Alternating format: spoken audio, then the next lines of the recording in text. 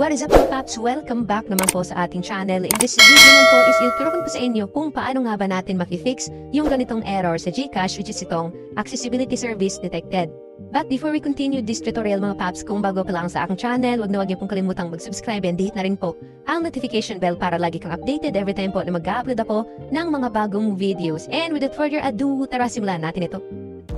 So yun nga mga paps, if nakaka-encounter ka po ng ganitong error, ibig sabihin lang po is meron ka pong na-on doon sa inyong settings related sa accessibility. So madali lang to, click mo lang tong settings, then mariredirect mo tayo sa settings ng ating phone. Then hanapin natin yung accessibility menu.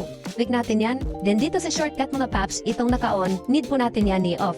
So off natin yan, click natin. When after po natin ma-off yung shortcut dito sa accessibility menu, pwede po natin ulit i-open yung ating GCash app. Ngayon, if hindi pa rin po ma-open, ito po yung next step na gagawin natin. Dito sa settings ng ating phone mga paps, punta lang tayo sa apps. Punta natin itong app management. Then hanapin po natin si GCash app. Search na lang natin.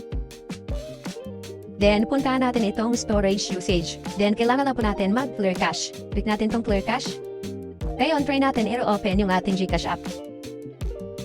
So yun mga paps, as you can see po, na-open na po natin yung ating GCash app and hindi na po nag-reflect or hindi na po tayo naka-encounter ng accessibility service detected. So ganun po kadali mga paps, i-fix yung ganitong error. Follow niyo lang po yung every step ng ating tutorial para mag-guide kayo and hanggang dito lang po ang video na ito. Sana kayo pa para sa katulong. Have a nice day. Thank you and goodbye. Peace out.